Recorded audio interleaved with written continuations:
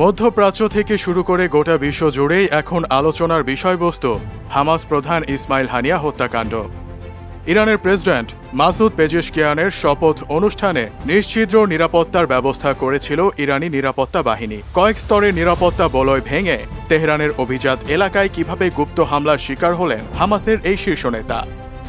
দীর্ঘদিন থেকেই হামাসের গুরুত্বপূর্ণ নেতাদের বিরুদ্ধে অভিযান পরিচালনা করে আসছে দখলদার ইসরায়েল, কিন্তু ইসমাইল হানিয়াকে বহুবার হত্যা চেষ্টা করেও ব্যর্থ হয় তারা।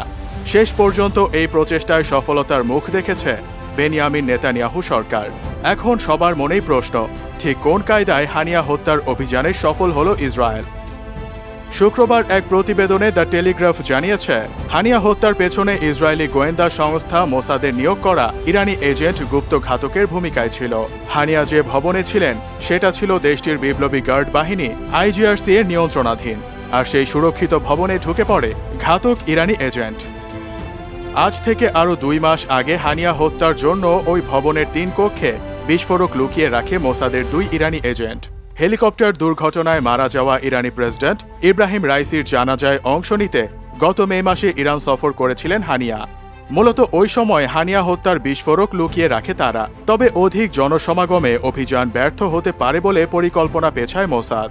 অপেক্ষা করা হয় সুযোগ সময়ের জন্য, আর মোসাদের জন্য বহুল সে আকাঙ্ক্ষিত দিন ছিল গত বুধবার। রাত প্রায় 2টার দিকে হানিয়ার অবস্থান সুনিশ্চিত করে রিমোট কন্ট্রোলে সেই বোমার বিস্ফোরণ ঘটানো হয়। ফিলিস্তিনি প্রতিরোধ আন্দোলন হামাস সহ মধ্যপ্রাচ্যে ইসরায়েল যাদের হুমকি মনে করে তাদের বিরুদ্ধে অভিযান পরিচালনা করে থাকে মোসাদ। যুক্তরাষ্ট্রের CIA এর পর মোসাদকে সবচেয়ে দুর্ধর্ষ ভাবা হয়। মোসাদের প্রায় 7,000 প্রশিক্ষিত গোয়েন্দা সদস্যদের জন্য ইসরায়েলের বার্ষিক বাজেট 3 বিলিয়নের মতো। গত 7 অক্টোবর ইসরায়েলি ভূখণ্ডে ঢুকে পড়ে আকস্মিক হামলা চালায় হামাস। ভেঙে পড়ে ইসরায়েলের নিরাপত্তা ব্যবস্থা। হামাসের হতবাক করা হামলায় নিহত হয় 1200 ইসরায়েলি নাগরিক। একই সঙ্গে জিম্মি করা হয় প্রায় 250 জনকে। এরপর প্রচুর সমালোচনার মুখে পড়ে ইসরায়েলি গোয়েন্দা সংস্থা মোসাদ। ওই হামলার পর থেকে ইসমাইল হানিয়াকে হত্যার হুমকি দিয়ে আসছিলেন মোসাদ প্রধান ডেভিড বার্নেয়া।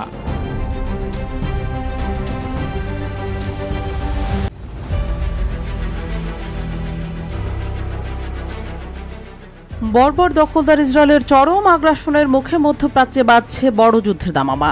ফিলিস্তিনের স্বাধীনতাকামী সংগঠন হামাসের শীর্ষ নেতা ইসমাইল হানিয়া ও লেবাননের সশস্ত্র গোষ্ঠী হিজবুল্লাহর শীর্ষ নেতা ফুয়াদ শোকর হত্যার ঘটনাকে কেন্দ্র করে তুমুল উত্তেজনা বিরাজ করছে মধ্যপ্রাচ্য জুড়ে। এসব হামলার জন্য ইসরায়েলকে দায়ী করেছে ইরান ও ইরান সমর্থিত মিত্রগোষ্ঠীগুলো, এবং এরই মধ্যে দখলদার ইসরায়েলকে কঠোর জবাবের হুমকিও দিয়ে রেখেছে তারা।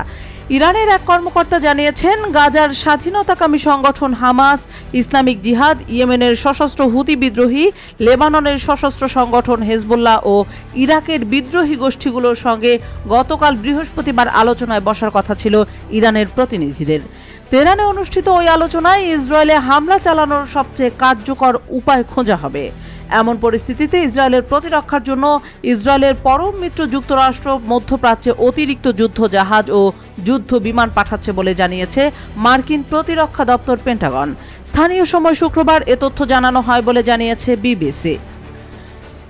পেন্টাগনের deputy press secretary Sabrina Singh এক বিবৃতিতে বলেন, প্রতিরক্ষা বিভাগ ইরান বা ইরানের প্রক্সিদের দ্বারা আঞ্চলিক উত্তেজনা বৃদ্ধির সম্ভাবনা প্রশমিত করার জন্য পদক্ষেপ গ্রহণ অব্যাহত রেখেছে। 7 অক্টোবর ইসরায়েলের উপর হামাসের ভয়াবহ হামলার পর থেকে ওই অঞ্চলে আমাদের কর্মীদের এবং স্বার্থ রক্ষা করার কথা পুনর্ব্যক্ত করেছেন প্রতিরক্ষামন্ত্রী। ইসরায়েল প্রতিরক্ষায় আমরা দৃঢ় প্রতিশ্রুতিবদ্ধ। পেন্টাগন জানায়, মধ্যপ্রাচ্যে রণতরী USS থিওডোর রুজভেল্টের পরিবর্তে USS আব্রাহাম লিঙ্কন পাঠানো হয়েছে। এদিকে মার্কিন প্রতিরক্ষা মন্ত্রী লয়েড অস্টিন মধ্যপ্রাচ্যে অতিরিক্ত ব্যালিস্টিক ক্ষেপণাস্ত্র, প্রতিরক্ষা সক্ষম ক্রুজার, ডেস্ট্রয়ার এবং একটি নতুন ফাইটার স্কোয়াড্রন পাঠানোর কথা জানিয়েছেন। গোলান মালভূমিতে হামলায় হতাহতের ঘটনার প্রতিশোধ নিতে মঙ্গলবার বৈরুতে হামলা চালায় ইসরায়েল। এ হামলায় নিহত হয় হিজবুল্লাহ কমান্ডার ফুয়াদ শোকর, আর তার কয়েক ঘন্টা পরই ইরানের রাজধানী তেহরানে হত্যা করা হয় হামাসের শীর্ষ নেতা ইসমাইল হানিয়াকে। তবে এই হত্যাকাণ্ডের দায় এখনও স্বীকার করেনি ইসরায়েল।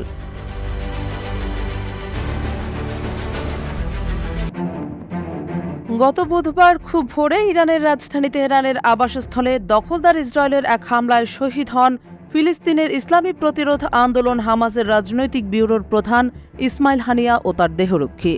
এই গুপ্ত হত্যার তীব্র প্রতিশোধের আগুনে জ্বলছে পুরো ইরান ও ইরান সমর্থিত বিদ্রোহী গোষ্ঠীগুলো।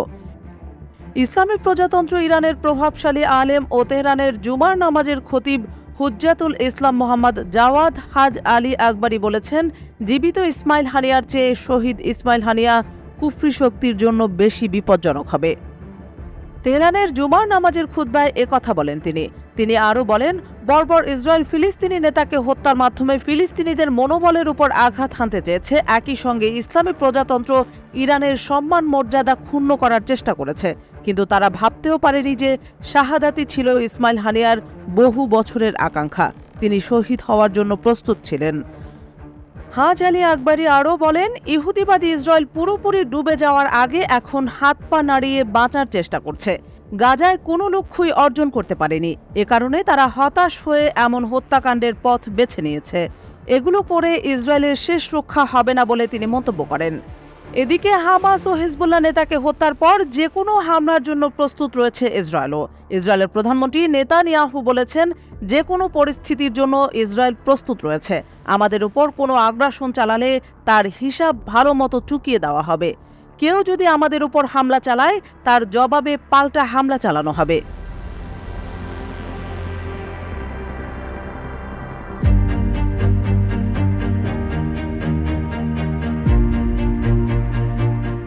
দখলদার ইসরায়েলের একের পর এক আগ্রাসনে মধ্যপ্রাচ্যের পরিস্থিতি দিনে দিনে আরও সংকটময় হয়ে উঠছে। হামাস নেতা ইসমাইল হানিয়া নিহত হওয়ার পর ইসরায়েলে হামলা চালানোর হুমকি এবং সেই অনুযায়ী প্রস্তুতি নিচ্ছে ইরান। ইসরায়েলকে ঘায়েল করার জন্য মধ্যপ্রাচ্যে নিজেদের সমর্থিত সশস্ত্র গোষ্ঠীগুলোর সঙ্গেও আলোচনায় বসার কথা জানিয়েছে তেহরান।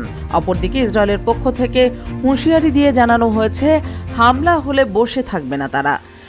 নাম প্রকাশ না করার শর্তে ইরানের এক কর্মকর্তা জানিয়েছেন, গাজার স্বাধীনতাকামী সংগঠন হামাস, ইসলামিক জিহাদ, ইয়েমেনের সশস্ত্র হুতি বিদ্রোহী, লেবাননের সশস্ত্র সংগঠন হিজবুল্লাহ ও ইরাকের বিদ্রোহী গোষ্ঠীগুলোর সঙ্গে আলোচনায় বসার কথা ছিল ইরানের প্রতিনিধিদের। তেহরানে অনুষ্ঠিত ওই আলোচনায় ইসরায়েলে হামলা চালানোর সবচেয়ে কার্যকর উপায় খোঁজা হবে। আলোচনায় ইরানের সর্বোচ্চ নেতা আয়াতুল্লাহ আলী খামেনি ও প্রভাবশালী রেভলিউশনারি গার্ডস বাহিনীর জ্যেষ্ঠ কর্মকর্তারা উপস্থিত থাকবেন বলে জানিয়েছেন ইরানের আরেকজন কর্মকর্তা। আর ইরানের সেনা প্রধান জেনারেল মোহাম্মদ বাকিরি হুঁশিয়ারি দিয়ে বলেছেন, হামলা অবশ্যই চালানো হবে, কোনো সন্দেহ নেই। নিজেদের কর্মকাণ্ডের জন্য ইসরায়েলকে অনুতাপ করতে হবে। তেহরানে গত বুধবার ইরানের নতুন প্রেসিডেন্ট মাসুদ পেজেশকিয়ানের শপথ গ্রহণ অনুষ্ঠানে যোগ দেওয়ার কয়েক ঘন্টা পরই হামাস নেতা ইসমাইল হানিয়াকে হত্যা করা হয়। এ হত্যাকাণ্ডের জন্য ইসরায়েলকে অভিযুক্ত করেছে হামাস ও ইরান। অন্যদিকে মার্কিন প্রেসিডেন্ট জো বাইডেন বলেছেন, ইরান থেকে আসা সব হুমকির বিরুদ্ধে ইসরায়েলকে রক্ষায় প্রতিশ্রুতিবদ্ধ যুক্তরাষ্ট্র। ইসরায়েলের প্রধানমন্ত্রী বেনিয়ামিন নেতানিয়াহুকে এক ফোন আলাপে তিনি এই অঙ্গীকারের কথা জানিয়েছেন। ফরাসি বার্তা সংস্থা এএফপি এ খবর জানিয়েছে। এ বিষয়ে হোয়াইট হাউসের দেওয়া এক বিবৃতিতে বলা হয়েছে, তেহরানে হামাসের শীর্ষ নেতার হত্যাকাণ্ডের পর বাইডেন এই প্রতিশ্রুতি দিয়েছেন। বাইডেনের সঙ্গে ওই ফোন কলের সময় যুক্তরাষ্ট্রের ভাইস প্রেসিডেন্ট ও ডেমোক্রেটিক প্রেসিডেন্ট প্রার্থী কমলা হ্যারিসও উপস্থিত ছিলেন।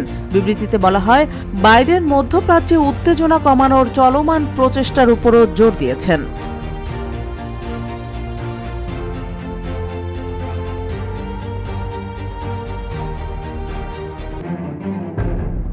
ইহুদিবাদী ইসরায়েলের অপরাধী গুন্ডা দলকে শাস্তি দেওয়ার সহজাত অধিকার ইরানের আছে এবং তেহরান অবশ্যই সেই অধিকার ব্যবহার করবে বলে হুঙ্কার জানিয়েছেন ইসলামী প্রজাতন্ত্র ইরানের ভারপ্রাপ্ত পররাষ্ট্রমন্ত্রী আলী বাকেরি কানি। স্থানীয় সময় শুক্রবার ইউরোপীয় ইউনিয়নের পররাষ্ট্র নীতি বিষয়ক প্রধান জোসেফ বোরেলের সঙ্গে টেলিফোন আলাপে একথা বলেছেন তিনি। আলী বাকেরি কানি জোর দিয়ে বলেন, ইহুদিবাদী ইসরায়েলের সন্ত্রাসী কর্মকাণ্ড এবং ইরানের ভৌগোলিক অখণ্ডতা ও জাতীয় সার্বভৌমত্ব লঙ্ঘন আঞ্চলিক ও আন্তর্জাতিক শান্তি এবং নিরাপত্তাকে বিপদের মুখে ফেলেছে। এ সময় ফিলিস্তিনের স্বাধীনতাকামী সংগঠন হামাসের শীর্ষ নেতা ইসমাইল হানিয়ার উপর ইসরায়েলের বর্বর সন্ত্রাসী হামলা ও ওই হামলায় নিহত হওয়ার ঘটনায় জাতিসংঘ নিরাপত্তা পরিষদে নিন্দা প্রস্তাব পাশের বিরুদ্ধে আমেরিকার সাথে ইউরোপীয় দেশগুলোর জোট বাঁধার সমালোচনা করেন আলী বাকেরি কানি। তিনি বলেন, এই দেশগুলোর ইসরায়েলপন্থী অবস্থান এবং ইয়েমেন ও লেবাননে ইসরায়েলের যুদ্ধংদেহী তৎপরতা বাড়ানোর ব্যাপারে পশ্চিমাদের নীরবতার কারণে তেল আবিব এ ধরনের সন্ত্রাসী তৎপরতা চালানোর ক্ষেত্রে আরও সাহসী হয়ে উঠেছে। বিশ্ব শান্তি ও নিরাপত্তা বজায় রাখা এবং ইসরায়েলের অপরাধযজ্ঞ থামানোর ব্যাপারে ইউরোপীয় ইউনিয়নের নিজ দায়িত্ব পালনের জন্য জোসেফ বোরেলের প্রতি আহ্বান জানান ইরানি পররাষ্ট্রমন্ত্রী। ফোনালাপে ইরানের ভৌগোলিক অখণ্ডতা ও সার্বভৌমত্ব রক্ষায় তেহরানের বৈধ অধিকারের কথা স্বীকার করেন জোসেফ বোরেল। এছাড়া মধ্যপ্রদেশে চলমান ভয়াবহ উত্তেজনার কারণে পূর্ণমাত্রার যুদ্ধ শুরু এবং তার পরিণতি সম্পর্কে উদ্বেগ প্রকাশ করেন ইউরোপীয় ইউনিয়নের এই শীর্ষ কূটনীতিক।